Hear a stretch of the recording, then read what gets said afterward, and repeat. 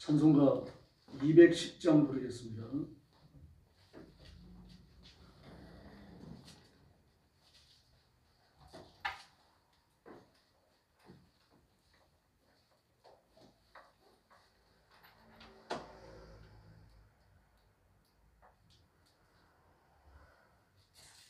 찬송가 210장 같이 부르겠습니다.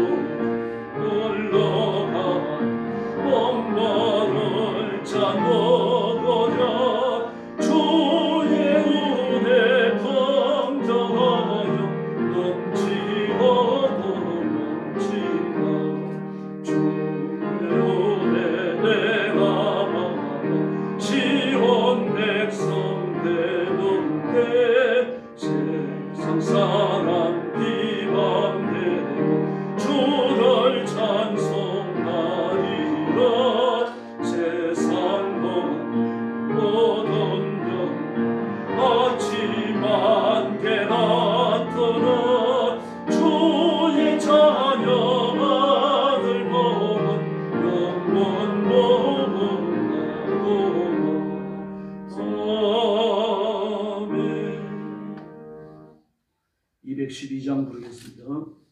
찬송가 212장입니다.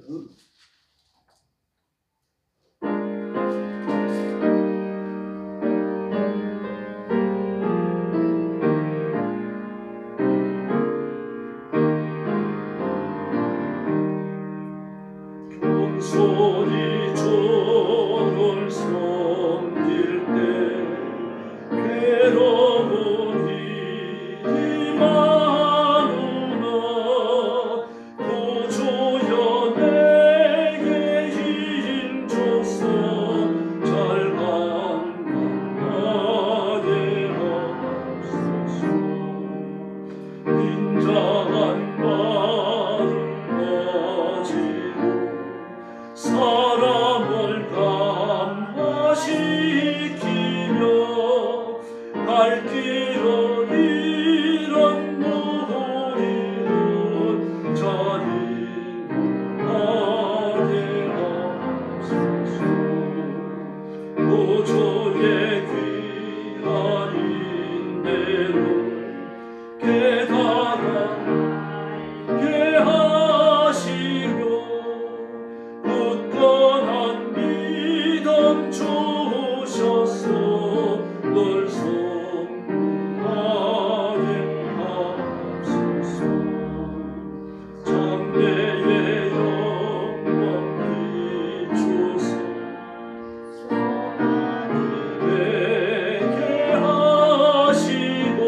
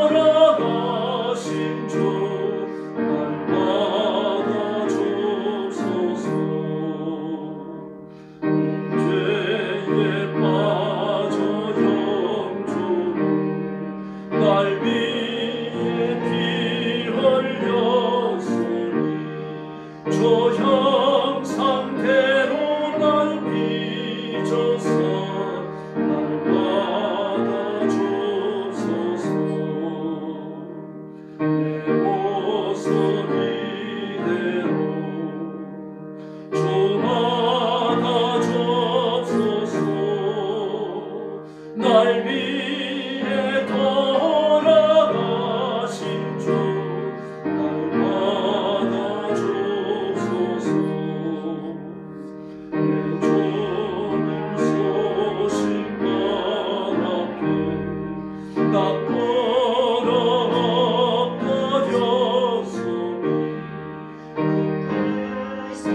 역사 이루게 날 받아주소서.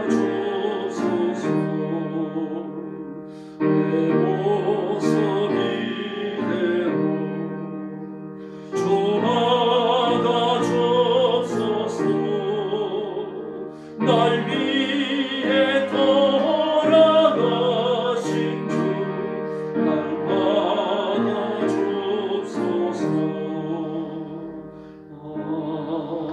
아멘. 215장 부르겠습니다. 내 죄 속해 주신 주께.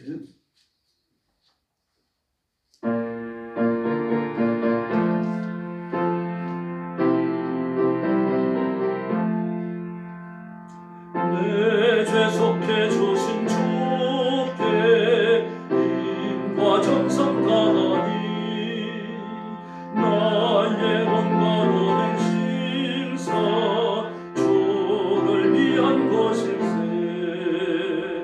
내게 있는 모든 것을 주를 위해 바치리. 내게 있는 모든 것을 주를 위해 바치리. 나의 손과 발을 들여 주의 명령에 나누 오직 주만 바라보며 주만 찬양하겠네. 항상 주를 찬송하며 이 몸 바치오리다. 항상 주를 찬송하며 이 몸 바치오리다. 내가 주를 바라보니 나의 영혼 밝아져. 십자가를 지신 주만 항상 바라봅니다. 십자가를 바라보며 주만 따라가리라. 십자가를 바라보며 주만 따라가리라. 신비하고 놀라워라 영광스러운 왕의 왕. 나를 친구 삼아 주사 편히 쉬게 하시네. 아멘. 주의 날개 보아래 영원한 시 얻겠네.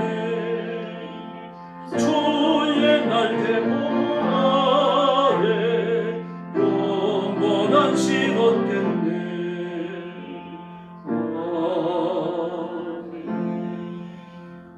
216장 부르겠습니다. 성자의 귀한 몸 날 위하여.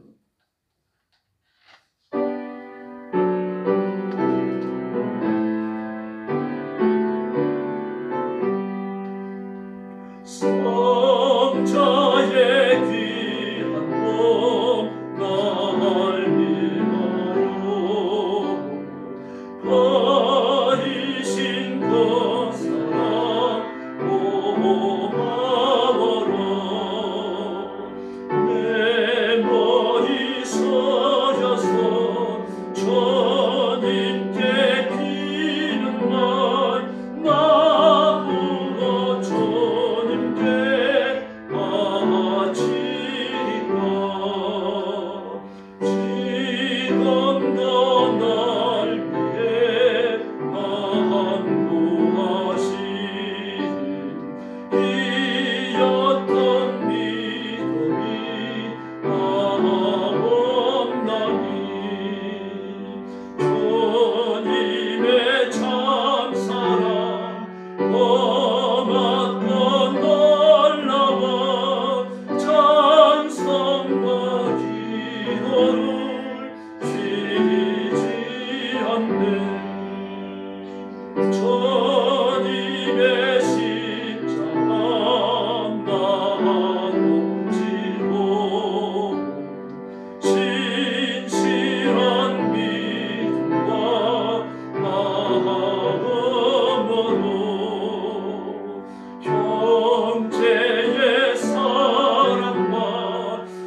친절한 위로를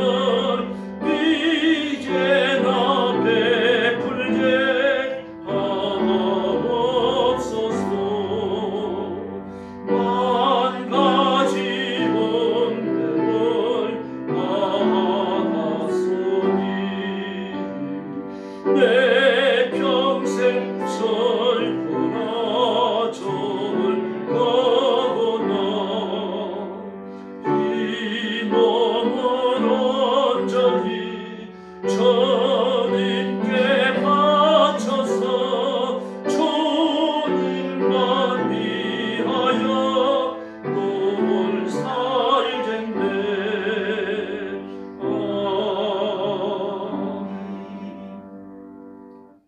네, 우리 하나님 앞에 합심 기도하겠습니다. 오늘 밤 우리가 드리는 예배가 산 제사가 되어 하나님 앞에 상달되도록 아벨의 제사가 되도록 그렇게 기도해 주시고 예배 드리는 자신의 성결과 말씀을 들을 귀를 열어달라고 구하시기를 바랍니다.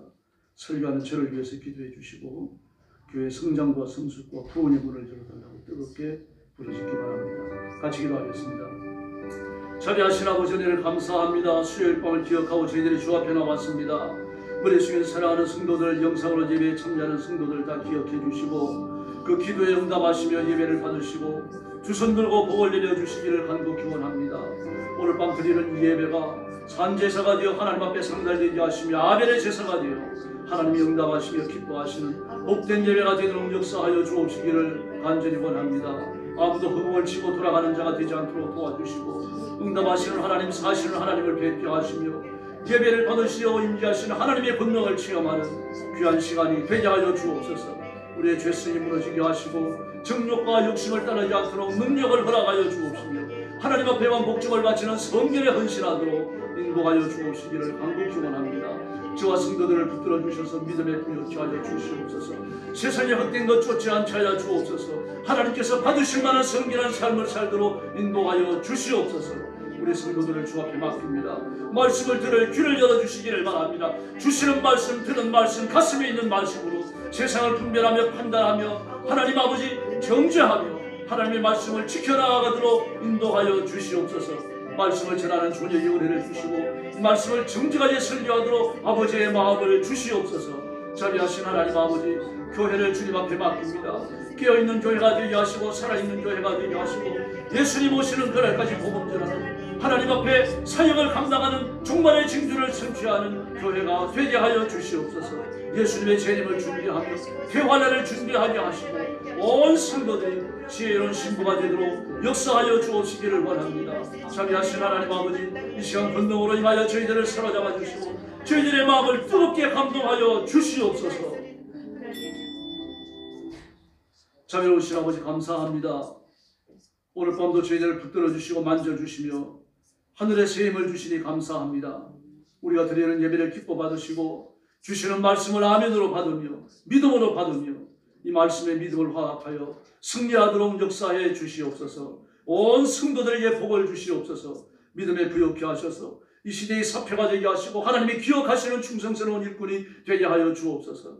교회가 새로워지며 교회가 복을 받으며 교회가 부흥하며 번성하는 길을 허락하여 주시옵소서. 오늘 밤 큰은혜 주시기를 원하옵고 예수님의 이름으로 간절히 기도 올리옵나이다. 아멘.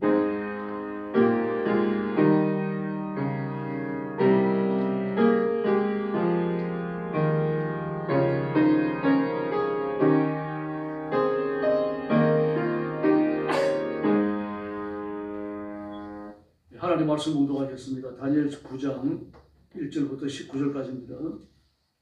새벽 예배 때 지금 돌아가면서 몇 절씩 보도록 하겠습니다. 1절 말씀 제가 먼저 봅니다. 메대 족속 아하수에로의 아들 다리오가 갈대아 나라 왕으로 세움을 받던 첫 해, 곧 그 통치 원년에 나 다니엘이 책을 통해 여호와께서 말씀으로 선지자 예레미야에게 알려주신 그 연수를 깨달았나니 곧 예루살렘의 황폐함이 70년 만에 그치리라 하신 것이라.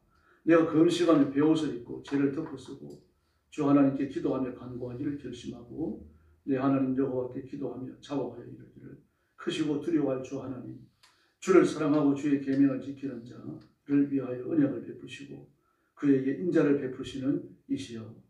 우리는 이미 범죄하여 폐역하여 행악하며 반역하여 주의 법도와 규례를 떠났사오며 우리가 또의 주의 종 선지자들의 주의 이름으로 우리의 왕들과 우리의 국왕과 주상들의 온 국민에게 말씀하신 것을 듣지 아니하였나이다. 주의 공으로 주께로 들어가고 수치는 우리 얼굴로 돌아오니 오늘과 같아서 유다 사람들과 예루살렘 거민들과 이스라엘 가까운 곳에 있는 자들이나 먼 곳에 있는 자들이 다 주께서 쫓아내신 각국에서 수치를 당하였사오니 이는 그들이 주께 죄를 범하였음이니이다. 주여 수치가 우리에게 돌아오고 우리의 왕들과 우리의 고관과 주상들에게 돌아오는 것은 우리가 주께 범죄하였음이니이다. 많은 주 우리 하나님께는 공의가 용서하심이 있사오니 이는 우리가 주께 폐역하였으며 우리 하나님 여호와의 목소리로 듣지 아니하며 여호와께서 그의 종 선지자들에게 부탁하여 우리 앞에 세우신 율법을 행하지 아니하였음이니이다. 온 이스라엘이 주의 율법을 범하고 치우쳐 가서 주의 목소리를 듣지 아니하였으므로 이 저주가 우리에게 내렸으되 우리 하나님의 종 모세의 율법에 기록된 냄새대로 되었사오니 이는 우리가 주께 범죄하였음이니이다. 주께서 큰 재앙을 우리에게 내리사 우리가 우리를 재판하던 재판관을 쳐서 하신 말씀을 이루셨사오니 온 천하에 예루살렘에 일어난 일 같은 것이 없나이다. 모세의 율법에 기록된 대로 이 모든 재앙이 이미 우리에게 내렸사오나 우리는 우리의 죄악을 떠나고 주의 진리를 깨달아 우리 하나님 여호와의 얼굴을 기쁘게 하지 아니하였나이다. 그러므로 여호와께서 우리 재앙을 간직하여 두셨다가 우리에게 내리게 하셨사오니 우리의 하나님 여호와께서 행하시는 모든 일이 공의로우시나 우리가 그 목소리를 듣지 아니하였음이니이다. 강한 손으로 주의 백성을 애굽 땅에서 인도하여 내시고 오늘과 같이 명성을 얻으신 우리 주 하나님이여 우리는 범죄하였고 악을 행하였나이다. 주여 고하옵나니 주는 주의 공의를 따라 주의 분노를 주의 성 예루살렘 주의 거룩한 산에서 떠나게 하옵소서. 이는 우리의 죄와 우리 조상들의 죄악으로 말미암아 예루살렘과 주의 백성이 사면에 있는 자들에게 수치를 당함이니이다. 그러함도 우리 하나님이여 지금 주의 종의 기도와 간구를 들으시고 주를 위하여 주의 얼굴빛을 주의 황폐한 성소에 비추시옵소서. 나의 하나님이여 귀를 기울여 들으시며 눈을 떠서 우리의 황폐한 상황과 주의 이름으로 일컫는 성을 보옵소서. 우리가 주 앞에 간구하는 것은 우리의 공의를 의지하여 하는 것이 아니요 주의 큰 긍휼을 의지하여 함이니이다. 네, 19절 같이 봅니다. 주여 들으소서, 주여 용서하소서, 주여 귀를 기울이시고 행하소서, 지체하지 마옵소서. 나의 하나님이여 주 자신을 위하여 하시옵고 이는 주의 성과 주의 백성이 주의 이름을 걷는 바 됨이니이다. 아멘. 지난 주일 오후에 이어서 바벨론 유수 70년에 관한 두 번째 교훈을 살펴보겠습니다. 유수라고 하는 말은 전통적으로 교회에서 쓰던 말입니다. 요즘도 잘 안 쓰죠. 죄인으로 잡혀갔다는 그런 뜻입니다. 단순한 포로로 보는 게 아니죠.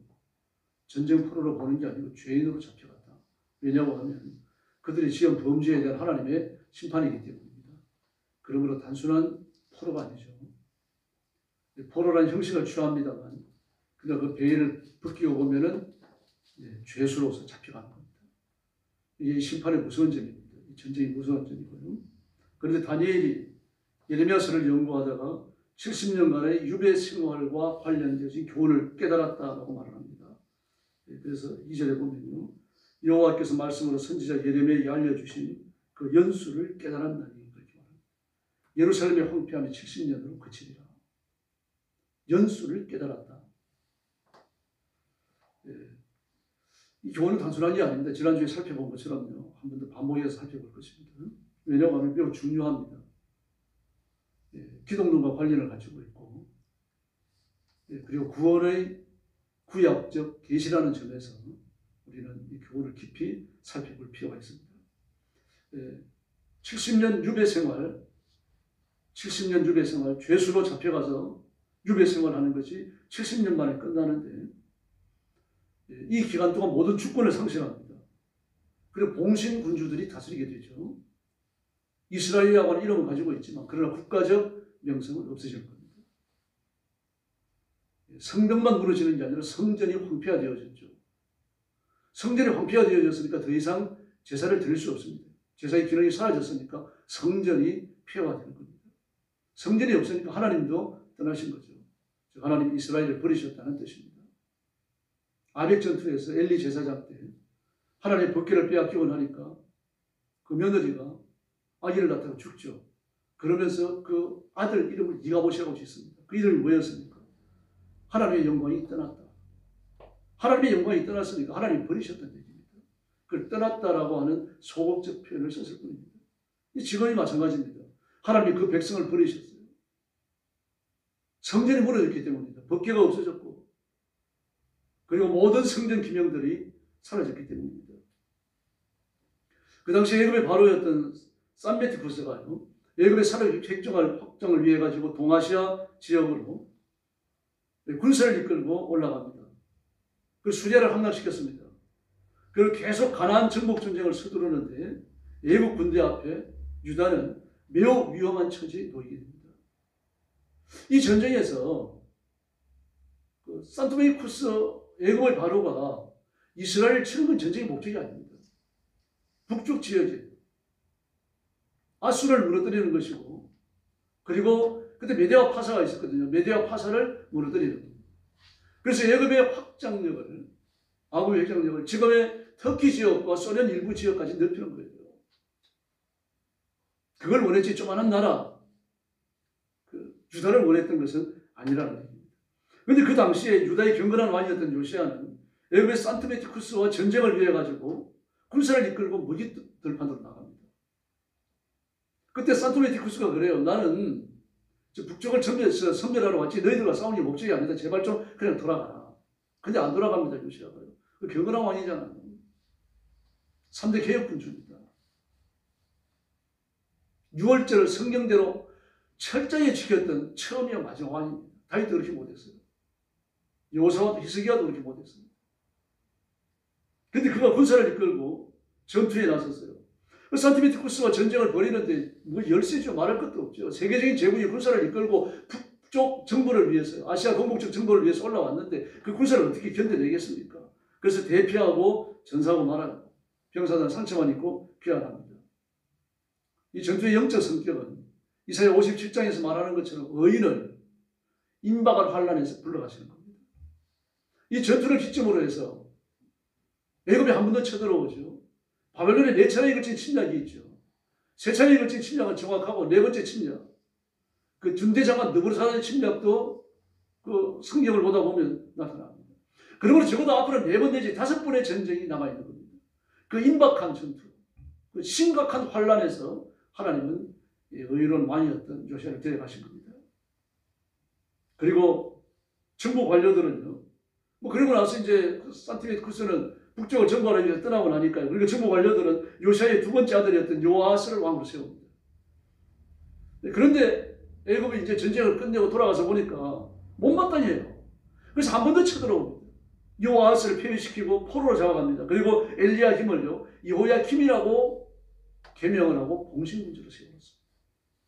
총독이 아니고 봉신군주입니다. 왕은 왕이지만 애굽 왕에게 모든 것을 고해바치고 허락을 얻어야 됩니다. 마치 옛날 조선의 왕들 중에 그런 경우가 있었죠. 단일한 청에 가가지고 내 왕자가 셋인데 그 중에 첫째를 왕으로 좀 책봉하려고 하는데 허락해 주십시오. 허락을 받았어요. 이게 봉신군주입니다. 독립왕국이긴 하지만 정치적으로 예속되어 있는 거죠. 그런 상황입니다. 그 후에 바벨론의 느부갓네살이 일어나가지고 애굽에 빼앗긴 영토 복원 전쟁을 시작합니다. 왜냐고 하면요, 애굽의 그 동북쪽 아시아 지역요, 지금의 터키와 소련 일부 지역에 이르기까지 이 땅들을 빼앗았는데 그 땅 중에 상당수가 고대 메데와 파사의 땅이었습니다. 이걸 되찾으려고 느부갓네살이 전쟁을 일으키는 겁니다. 예, 그리고 이 전투에서 애굽의 바로 느부는 대패에 도주합니다. 그럼 느부갓네살은 계속하여 추격했고, 그런데 바로 느부를 추격하는 과정에서 가나안 지역을 지나가야 됩니다. 근데 이때 가나안 지역을 늑탈하는데 바로 이것이 느부갓네살의 첫 번째 바벨론 침략입니다. 바벨론의 첫 번째 침략입니다. 게도레시를 하고 왕과 신하와 백성들을 사로잡고, 이때가 여호야김 3년 BC 606년입니다. 주전 606년. 지금으로부터 말하자면 대충 2000한 200한 3, 40년 전 그때쯤 되는 거죠. 이때로부터 계산해 갖고요. 이때로부터 계산해 갖고 70년 후에 이스라엘 백성들이 바벨론 유수를 마치고 포로에서 귀환되어져서 고국으로 돌아온다는 얘기입니다. 이 내용이 예레미야 25장과 29장에 반복되어져서 예언되고 있습니다. 그리고 이 예언과 같이 스룹바벨이 이끄는 1차 귀환이 고레스 원년 BC 536년에 정확하게 이루어집니다. 고레스 원년. 메대 파사가 합쳐져 갖고 바벨론을 멸망시키고, 그리고 바벨론을 멸망시킨 메대의 왕 다리오가 첫 번째 왕이 되었습니다. 나이가 많았어요. 52살이라고 그렇게 전해지고 있습니다. 그래서 3년밖에 왕위에 머물러 있지 못해요. 4년째 되는 해에 고레스가 왕이 되면서 국호를 그 메대 파사에서 페르시아가 바꿉니다. 파사. 근데 그 첫 번째요. 고레스 원년에 일어났던 포로 귀환 첫 번째가 주전 536년. 주전 536년에 정확히 일어났던 겁니다. 이 역사적 사건이 에스라서에 기록되어져 있습니다. 그런데 오늘 본문을 보면 다니엘이 바벨론 포로 70년이 다 되어 간다는 것을 깨닫는 때가 언제입니까? 오늘 연수가 예고되고 있죠. 1절 말씀해 보니까 아하수에로 왕을 아하수에로 왕은 뭡니까? 왕비 누구죠? 에스더에 나타난 그 아하수에로가 아니고 고대 메대 왕국의 다리오의 아버지 아하수에로입니다. 이를 같은 분입니다. 그 아하수에로의 아들 다리오가 갈대아 왕으로 시험을 받은 첫 해입니다. 첫 해. 그러면 앞으로 몇 년 후에 포로 해방이 일어납니까? 다리오 왕으로부터 3년이 지나면 되는 겁니다. 그리고 4년째 고레스가 왕이 되면서 자기가 왕이 된 기념으로 이스라엘 백성들을 해방시켜 줍니다. 그래서 다리오가 죽고 그리고 고레스가 왕이 되어지는 거죠. 그러므로 다리오가 왕이 올라가지고 3년 동안 통일된 메대 파사를 다스리고 그 후에 파사의 고레스가 왕이 되어져갖고 이름을 페르시아라고 개명을 하고 그리고 통치했던 겁니다. 다니엘이 70년 유수, 바벨론 유수 생활을 종식하고 해방된다는 사실을 다리오가 왕이 되어진 첫 해에 깨달았습니다. 좀 이상하잖아요. 예레미야 25장과 29장에 바벨론을 사로잡혀가서 70년간 포로 생활을 해야 된다. 죄수고로 유배되어가지고 귀양 생활을 해야 된다. 이걸 유대인들 치고 모르는 사람이 없다는 말입니다. 다 알고 있다는 이야기예요.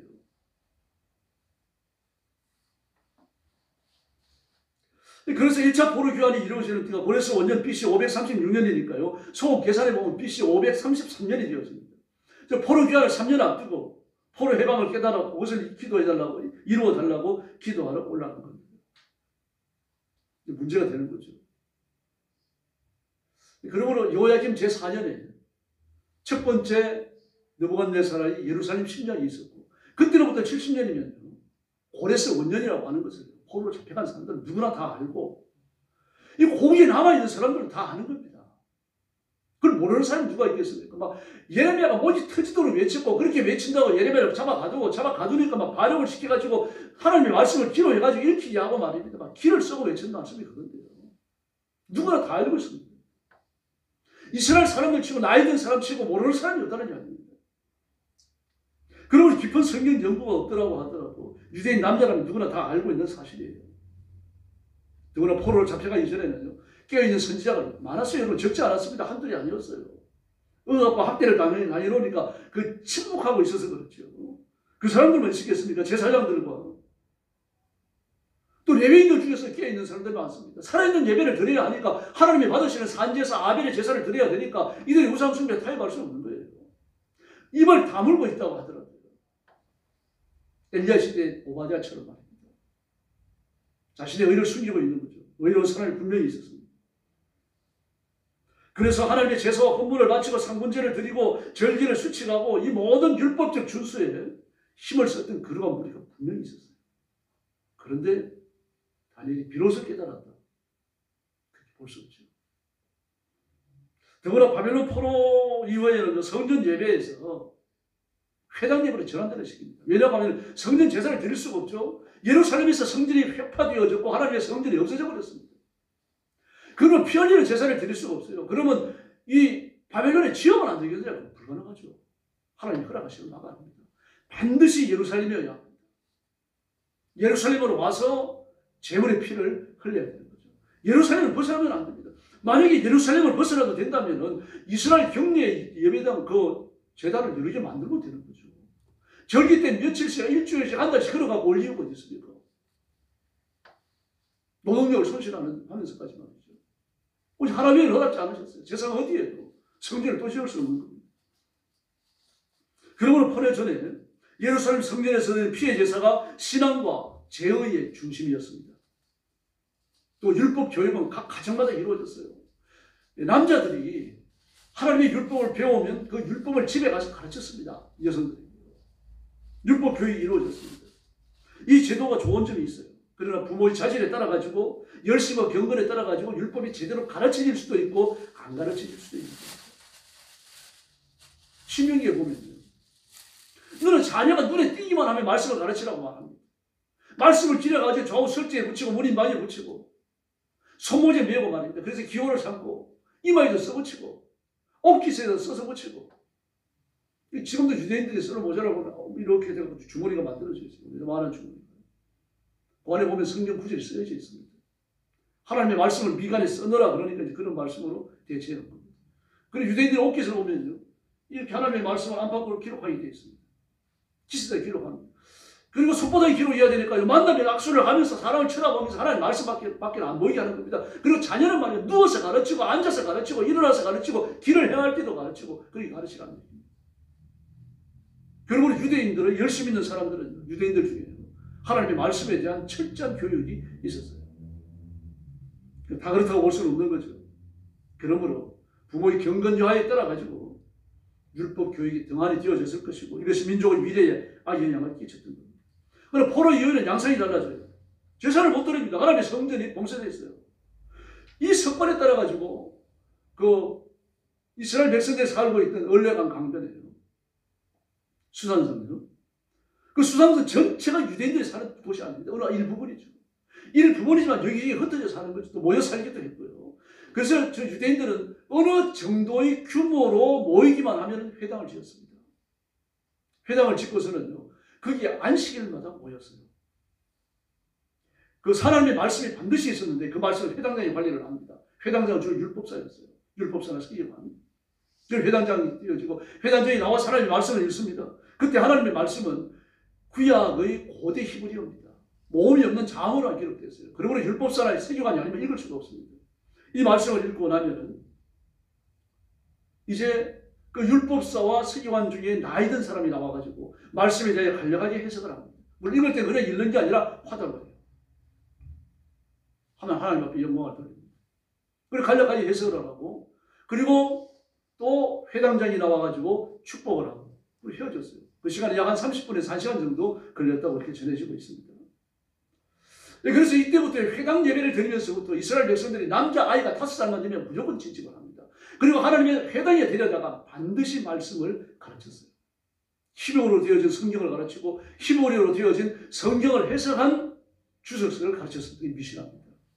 미시나를 해석한 것이 나중에 탈무드가 되어집니다. 그러나 포로 시대에는 주로 미시나를 가르쳤고요. 포로 중간에 넘어가면서 탈무드가 나오기 시작합니다. 이렇게 5살이 되어지면 늙어 죽을 때까지 와야 됩니다. 그 율법을 배우러 나오지 않아도 되는 그 나이의 상한선은 없어요. 그 나이가 어느 정도 들면 안 나오는 것을 무기를 줬습니다. 어릴 때는 철저히 나와 있어요. 청소년 때도 마찬가지입니다. 그래서 유대인들은 지금도 회당을 통해 가지고요, 슈나고지를 통해 가지고 유대인들 흩어져 있는 곳에 세계 각처에 회당이 있습니다. 우리 교회처럼요. 그곳에서 하나님의 말씀을 반드시 가르칩니다. 히브리어로 가르쳐요. 히브리어를 가르치고 구약의 역사를 가르치고 근대 역사를 가르치고 하나님이 자기 민족이 어떻게 하셨는지 그걸 유대인들에게 가르치는 겁니다. 유대인들이 말과 글을 끝까지 안 잊어버릴 수 있던 이유가 그게 있었던 것입니다. 신앙의 체계에 있었습니다. 이렇게 어른이 되어져서 회당을 출입하면 사람의 말씀을 랍비들로부터 배우고요. 그걸 배운 바 그것을 집에 돌아와서 여성들이 가르쳤습니다. 처음에 아버지로부터 배웠고 또 오빠로부터 배우고요. 시집가면 남편한테 배웁니다. 여자들은 율법 배우러 회당에 갈 수가 없었어요. 그러므로 율법을 가르치는 자리는 남자의 자리입니다. 남성의 자리입니다. 여성의 자리가 아닙니다. 그래서 예수님께서 나사로의 집에 가셔서 말씀을 가르칠 때 마리아가 앉아 있으니까 마르다가 불편해가지고 보내달라고 하잖아요. 요리 만드는 데 좀 동참시켜달라고 합니다. 요리 만드는 게 문제가 아니죠. 마리아가 남자의 자리에 앉아 있었기 때문입니다. 그렇게 되어지면 예수님께 구설수에 오를 수 있는 위험이 있는 거죠. 이 마르다가 아주 마음이 깊은 여자예요.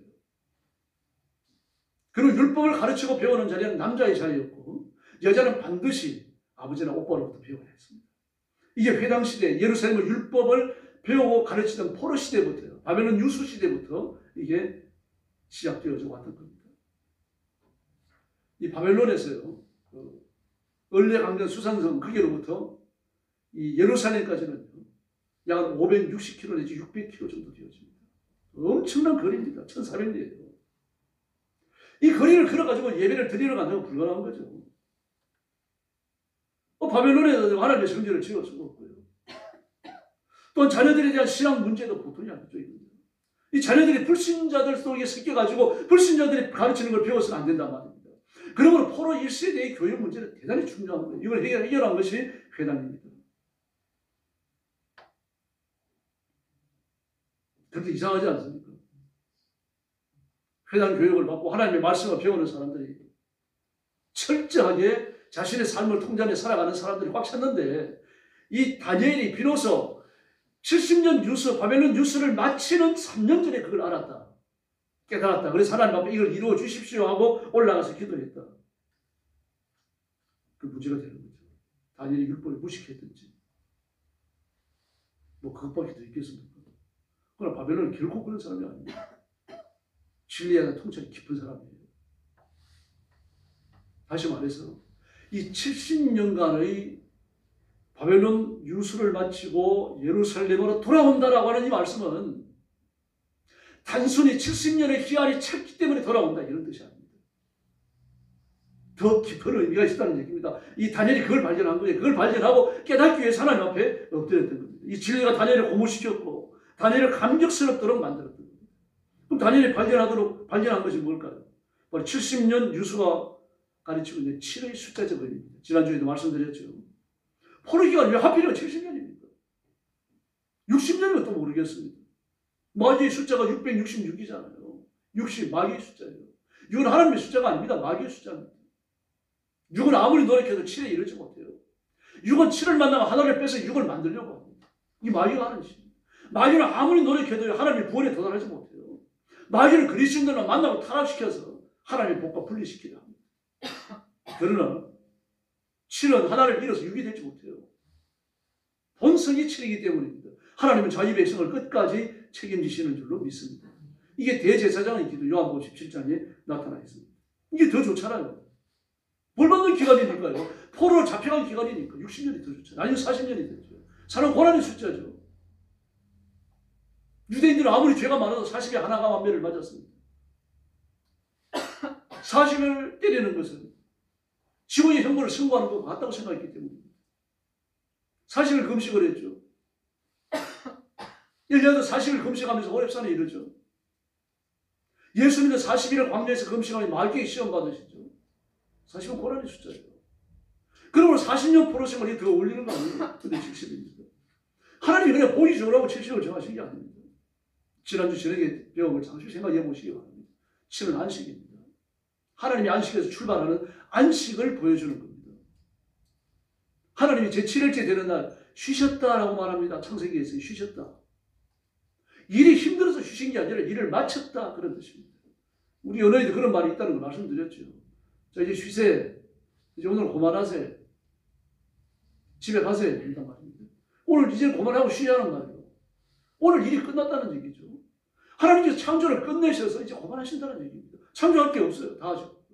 그 쉰다라는 말을 썼습니다. 근데 하나님께서는 하나님의 안식에 뭘 끌고 옵니까? 인간의 안식을 끌고 오는 겁니다. 6일간의 노동을 끝내고 7일째 되는 날은 노동에서 쉬어라. 나만을 경배해라. 그렇게 말씀합니다. 6일 동안 너를 위해서 일을 해라. 그러나 7일째는 나만을 경배해야 된다. 그 하루는 내 날이다. 내가 그날에 창조를 마치고 쉬었으니까 너희도 너희의 일을 마치고 그날에 쉬어라. 일주일 단위로서 일을 끝내라는 뜻이에요. 그러므로 월요일이 되어지면요. 새로운 일을 시작하라는 뜻입니다. 안식년이 그렇고요. 안식년이 7번 지나가는 희년이 마찬가지입니다. 그러므로 7의 사용은 죄의 대가를 완전히 지불했기 때문에 우리가 누리는 형벌과 심판과 고난과 역경에서의 해방을 말하는 겁니다. 참된 안식입니다. 그다음에 또 하나는 치과 관련되어져 있고 또 하나는 땅의 황무함과 관련되어져 있습니다. 레위기 26장을 보면요. 뭐 전체적인 내용을 살펴보면 이스라엘 백성들이 벌받는 이유가 안식 계명을 지키지 않았습니다.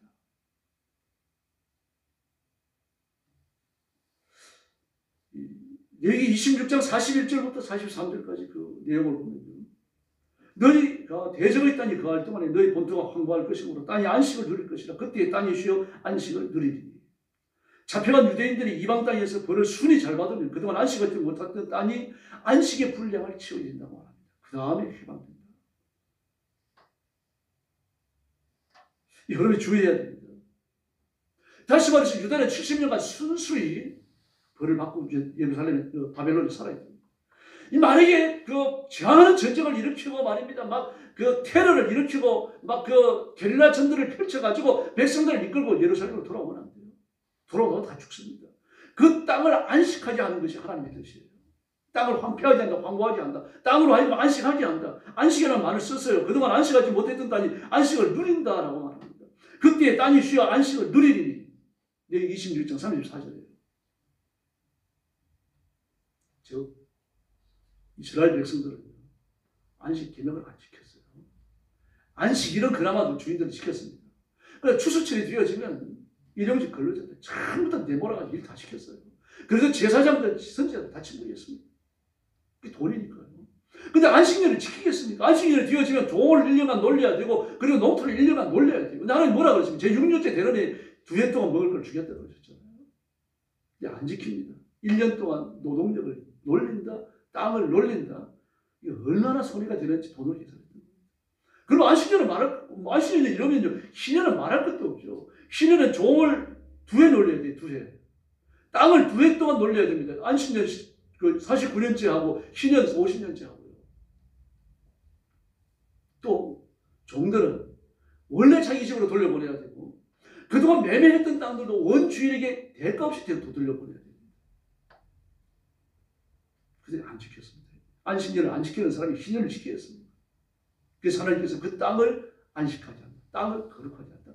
그 더럽혀졌던 땅을 거룩하게 하고 죄를 지어가지고 더럽혀졌던 백성들을 바벨론 유수 70년간의 죄수의 생활을 통해 가지고 거룩하게 만들고 그 다음에 거룩해진 그들을 거룩한 땅으로 데려온친다고 하는 하나님의 뜻이에요. 예수님 안에서 이루어지는 줄 믿습니다.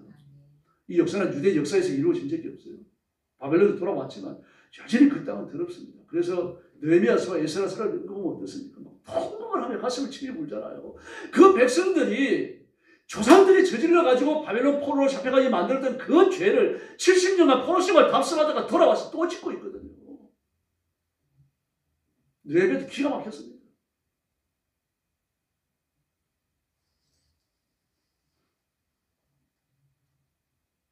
바로 이걸 깨달은 겁니다. 이걸 어떻게 깨닫겠습니까? 한번 상상을 해보십시오. 더러워진 땅이 안식함으로 땅이 거룩해지고 잡혀간 백성들이 70년간 벌을 받음으로 거룩해지고 그런 다음에 거룩한 백성이 거룩한 땅으로 돌아오는 것이다. 아, 이건 이 땅에서 이루어지는 일이 아니구나. 근데 뭔지 알 길이 없잖아요. 그게 붙들고 하나님 앞에 올라간 겁니다. 기도하려고. 대단한 사람입니다. 그리고 하나님이 다니엘을 얼마나 사랑하셨는지 보여주시죠. 예수님 안에서 이루어질 대수의 큰 사건, 십자가와 부활의 큰 사건을요. 그냥 이런 식으로 형상을 해놓으신 것입니다. 그러므로 70년간 땅에 황무하면 강제적 회복입니다. 이스라엘 백성들이 하고 싶어서 하는 게 아니죠. 하기 싫어도 해야 됩니다. 하나님이 강제적으로 하시는 거니까요. 그래서 제가 말씀드렸죠. 어떤 숫자 뒤에 100, 1000, 많이 붙으면요. 이게 무한수입니다. 50년째도 마찬가지입니다. 77이 49, 49에 대해서 하나를 더해서 50을 만듭니다. 50년이 그렇다는 이야기죠. 49나 50이나 동일한 개념을 가지는데요. 안식일이 거룩하지만 안식 후 첫날 8일째 되는 주일도 거룩한 겁니다. 그래서 하나님께서 이스라엘 백성들을 통체적으로 거룩하게 만들 그 역사적인 준비를 그렇게 하신 겁니다. 그냥 말로만 하신 게 아닙니다. 역사적 사건들을 통해서 예수 안에서 이루어질 놀라운 역사가 이런 식으로 이루어진다라고 하는 것을 보여줍니다. 그러므로 땅이 안식하지 아니하면 이스라엘 백성들이 역시 거룩해지지 못한 겁니다. 하나님께서 아담과 하와가 범죄했을 때 하나님이 지으신 온 우주를요, 범죄인이 살아도 괜찮을 땅으로 저주해버리시잖아요. 똑같은 겁니다. 저주받은 그 땅을 거룩하게 한 다음에는 이스라엘을 거룩하게 해야만 그 땅에 와서 살 자격이 생기게 되는 거죠. 하나님이 그걸 준비하셨습니다. 그리고 70년간 프로 생활과 70년간의 땅을 공부하고 단 한 가지 사실을 겨냥합니다. 장차 이루어질 예수 그리스도 안에서 참된 구원입니다. 7의 사용은 죄의 대가가 완전히 지불된 걸 보여주는 겁니다. 7은 완전수죠. 땅의 완전수와 하나님의 완전수를 합쳐갖고 7은 완전수입니다. 그래서 이스라엘 백성들이 70년간 죄를 탕감하고 또 이스라엘 백성들이 살고 있던 예루살렘 그 황무한 땅은 70년간 안식함으로 거룩성을 회복하고 그 다음에 하나님의 구원이 집행이 되어집니다. 여러분, 죄 짓고 고생 좀 했다 그래가지고 죄인이 사람이 변하는 게 아닙니다. 예수 믿어야 할 줄을 믿습니다. 그리고 성령 받아야 합니다. 성령님이 그 사람의 인격을 뒤집어 놓으셔야만 그 사람의 근본이 변하는 겁니다. 조세영 씨 같은 사람 보십시오. 왜 목사 안수까지 받아가지고 뭐 지금 감옥에서 나왔는지 모르겠어요.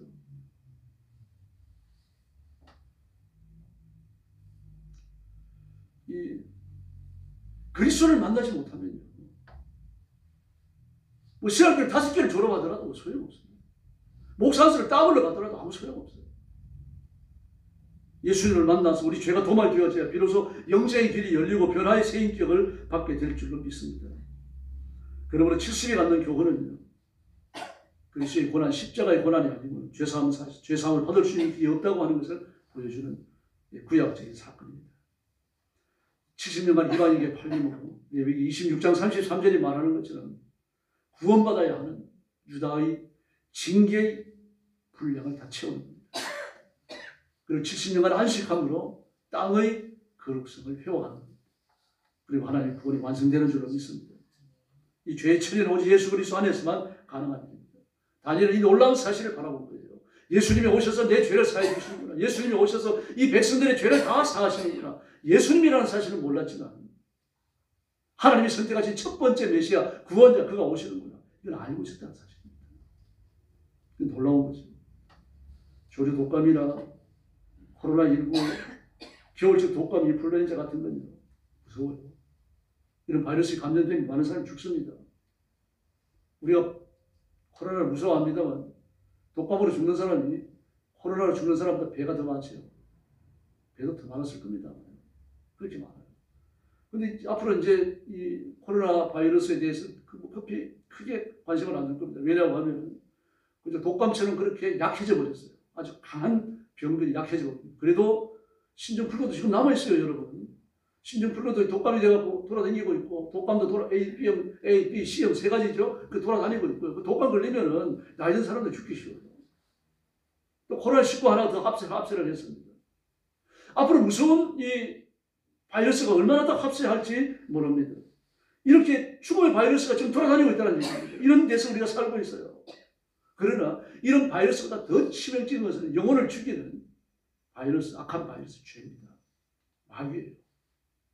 마귀의 권세에 걸려놓으면 믿는 사람도 넘어집니다. 지옥은 안 갑니다. 하나님 그대로 계시니까. 그래 비참하게 살아요. 우리가 마귀의 올무를 피해야 할 줄로 믿습니다. 바로 이와 같이 현대인들 전부가 이 죽음의 바이러스, 마귀의 바이러스에 감염되어 있는데 모두 다 죽음에 이르는 병을 앓고 있는데 이걸 이기는 길은 예수님밖에 없습니다. 백신 아무리 맞아야 소용없습니다. 도덕, 윤리, 교훈 맞아야 소용없다는 얘기입니다.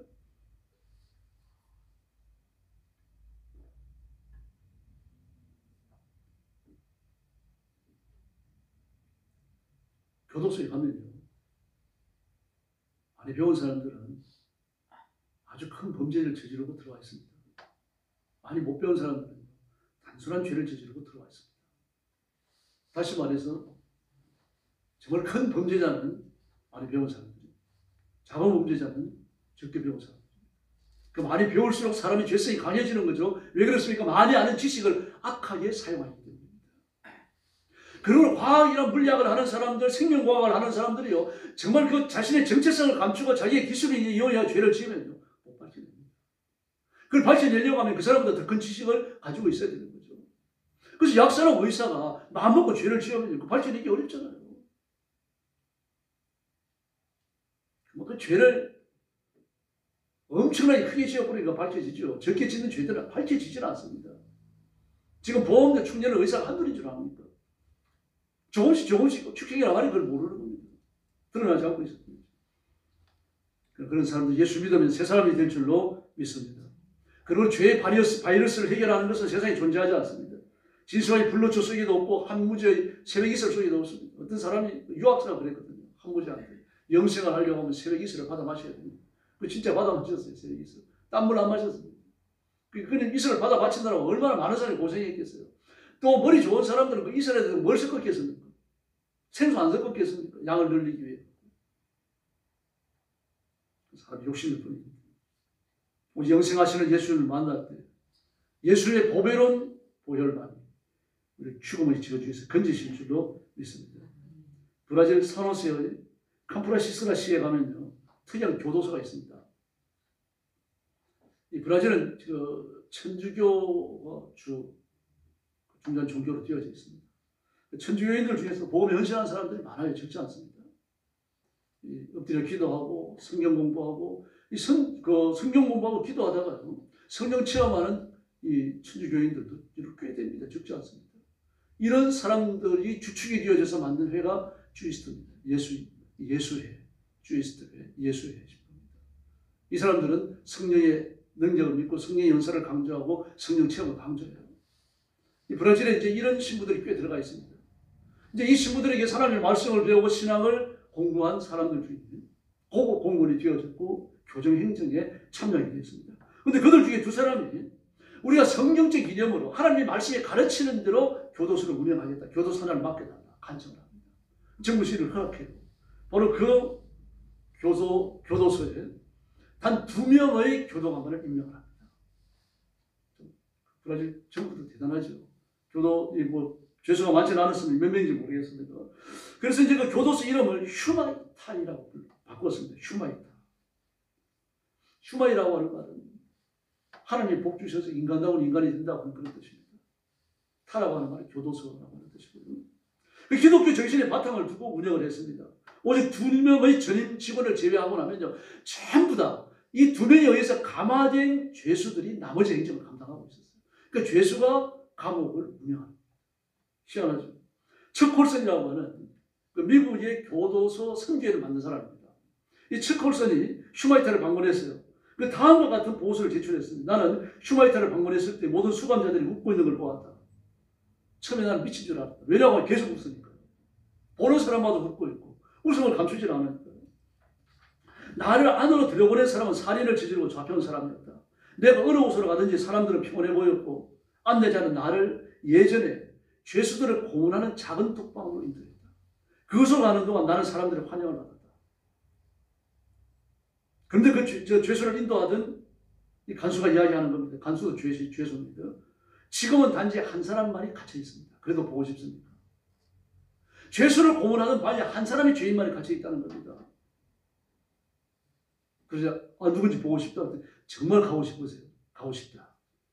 천천히 쇠로 된 문을 열었습니다. 그리고 그 독방 안에 죄수를 봤습니다. 슈마타의 식구들이 아름답게 조각해놓은 십자가가 보였고 그 십자가 사이에 달린 예수님이 그 눈에 들어왔습니다. 그 교도소의 유일한 죄수는 예수님이셨습니다. 십자가에 매달리신 예수님. 붉은 보혈을 흘리고 계시는 예수님. 그 예수님의 십자가의 고난이 지금도 계속된다고 하는 이 놀라운 사실이 이 첫 골신을 압도해 버린 겁니다. 그 주일학교를 나온 사람이었고 꾸준히 교회 생활을 하는 사람이었지만 예수님이 십자가에 죽으신 그 십자가의 죽으심이 그 능력과 권세가 지금도 계속되고 있다. 이 사실을 거기에서 인격적으로 만나버린 겁니다. 아, 주님의 보혈은 지금도 그러고 있구나. 그리고 와서 이 보고서를 쓰는 겁니다. 그리고 안내자가 말합니다. 예수님은 우리 모두를 위해서 남은 형기를 채우고 계십니다. 예수님이 우리의 죄를 다 갚아주시는 날 우리는 이 세상에서 또 다른 평화를 맛보게 됩니다. 그렇게 말했어요. 와서 그 감정을 하고 보고서를 냈습니다. 그러면서 그가 첫 골선이 교도소 선교회를 조직합니다. 미국에서. 예수님은 저와 여러분의 유일한 구주이신 줄로 믿습니다. 여러분, 주전 500년경에 말입니다. 주전 500 한 몇십 년경에 세상에 이런 사실을 깨닫고 너무 놀라워가지고 하나님 앞에 엎드려 금식하며 기도했다니까요. 이 은혜를 구하시길 바랍니다. 이 부활의 진리에 대해서 깨달아야 되고요. 재림의 진리에 대해서 깨달아야 됩니다. 누구나 재림을 외치고 재림하시는 예수님이 계신다는 사실을 다 압니다. 그러나 예수님이 오시고 나면요, 사람들이 깜짝 놀랄 거예요. 야, 이거 예수님 진짜 오셨네. 벌써 오셨네. 이러면서 놀랄 겁니다. 예수님의 초림 때도 마찬가지입니다. 예수님이 오신다는 사실을 다 알고 있었어요. 그 서기관들이 알고 있었고 율법사가 알고 있었고 랍비들이 알고 있었습니다. 그리고 예수님께서 어디에 태어나실지 그 예수님을 찾아온 동반이 박사들이 물으니까 알려주잖아요. 베들레헴이다. 예루살렘이 아니라 베들레헴이다. 근데 정작 그들은 예수님을 믿지 않았습니다. 짐승들의 우리 구유에 초라하게 계신 예수님 아무도 안 믿었습니다. 예수님이 재림하실 때요, 정말 준비하고 있다가 예수님이 오셨느냐고 기뻐서 영접할 사람이 많지 않을 겁니다. 마태복음 보고 우리 귀를 기울이셔야 됩니다. 두 사람이 맷돌을 가는데 한 사람은 들림을 하고 한 사람은 아웃됩니다. 두 사람이 잠을 자고 있는데 한 사람은 데려가지만 한 사람은 아웃돼요. 그냥 남겨져요. 10사람이 예수님 그 신랑을 맞이하러 갔는데 5명은 들어가지만 5명은 버려집니다. 그들에게 내리는 똑같은 비유가 뭡니까? 바깥 어두운 데 버려져 슬피 일어남이 있을 것이다. 지상에 남겨진 사람 중에 절반이 구원받지 못한다. 뭐 그런 뜻이라고 누가 얘기합니다. 그러나 절반이라고 말할 수는 없어요. 성경 숫자에 방점을 찍지 않았습니다. 그러나 우리 생각보다 더 많은 사람들이 버려질 겁니다. 저와 여러분은 버림받은 대회에 들지 않을 줄로 믿습니다. 그러므로 뜨거운 마음으로 십자가 붙들어 주시고 지금도 흐르는 그리스도의 보혈로 자신을 날마다 깨끗게 하고 그리고 하나님 앞에 죽도록 충성하는 지혜로운 신부들이 되기를 예수님의 이름으로 축원합니다. 기도하겠습니다. 자비로우신 아버지 감사합니다. 우리가 예수 믿어 구원받고 하나님의 자녀가 되며 하나님의 백성이 되었으니 진심으로 감사합니다. 이 시간도 주의 성령께서 능력과 권능으로 임하여 저희들을 사로잡아 주시고 저희는 하나님께만 복종을 바치는 깨어있는 지혜로운 신부들이 되게 하여 주시옵소서. 세상에 어떤 좋은 것들을 만나더라도 내 믿음 팔아먹지 않도록 도와주시고 그런 것들 때문에 내가 영적으로 손해보지 아니하도록 도와주시고 육신의 모든 질곡과 시련과 고난을 뛰어넘어서 십자가 붙드는 저희들이 되게 하여 주옵소서. 앞으로 다시는 복음을 부끄러워하지 않고 예수님을 자랑스러워하며 십자가를 자랑스러워하며 재림에 관하여 대환란에 관하여 당당히 말할 수 있는 저희들이 되게 하여 주옵소서. 저와 성도들을 힘있게 붙드시고 이 마지막 세대 하나님의 고귀한 종으로 변함없는 종으로 성결한 종으로 써주시기를 원하오며 예수님의 이름으로 간절히 기도 올려옵나이다. 아멘.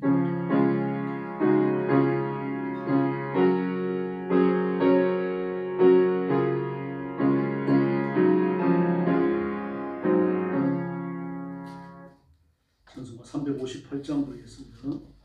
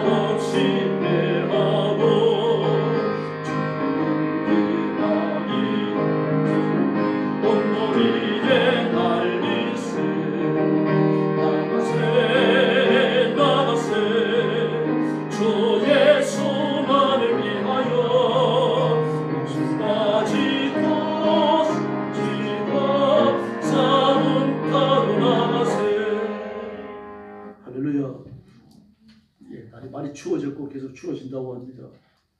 첫 추위 잘 이겨야 겨울 쉽게 넘긴다고 하죠. 그래서 옷 따뜻하게 입으시고 두꺼운 그 잠바 입으는 거 이렇게 좀 이렇게 눈치 보게 생각하지 마시고 몸을 따뜻하게 하고 다니시도록 그렇게 하시기 바랍니다. 코감기 걸리지 않도록 마스크 하시고요. 그리고 코감기 걸리는 분들은 독한 코감기약 잡수기 전에 그냥 약국에서 파는 약을 잡수시고 마스크를 쓰고 생활하세요. 주무실 때도 마스크 쓰시고요. 그럼 코 속이 습기가 공급돼가지고 코감이 금방 났습니다. 지금 말시를 약국에서 파는지 모르겠는데 그 말시를 처방을 해주거든요. 그 코 속에도 소량 바르면 약 먹는 것보다 빨리 낫더라고요. 옆에 계신 분들하고 인사 나눠주시기 바랍니다. 한 번 더 기도합시다. 한 번 더 인사합시다. 우리 구주는 예수님 뿐입니다. 감사합니다. 우리 주님 가르친 기도 드리고 수요일을 마치겠습니다.